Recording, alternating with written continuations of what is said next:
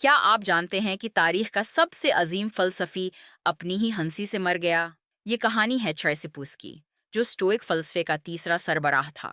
اس نے 700 کتابیں لکھیں اور لوگوں کو جذبات پر قابو رکھنا سکھایا۔ لیکن 200 قبل مسیح میں کچھ عجیب ہوا۔ چریسیپس نے دیکھا کہ ایک گدھا اس کے انجیر کھا رہا ہے۔ اس نے مذاق میں اپنے نوکر سے کہا، اس گدھے کو شراب بھی دے دو تاکہ انجیر دھو سکے۔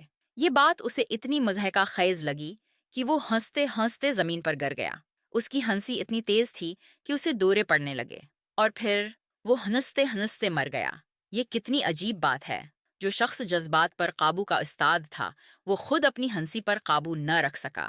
یہ ہمیں یاد دلاتا ہے کہ عقل مند ترین لوگ بھی انسان ہیں۔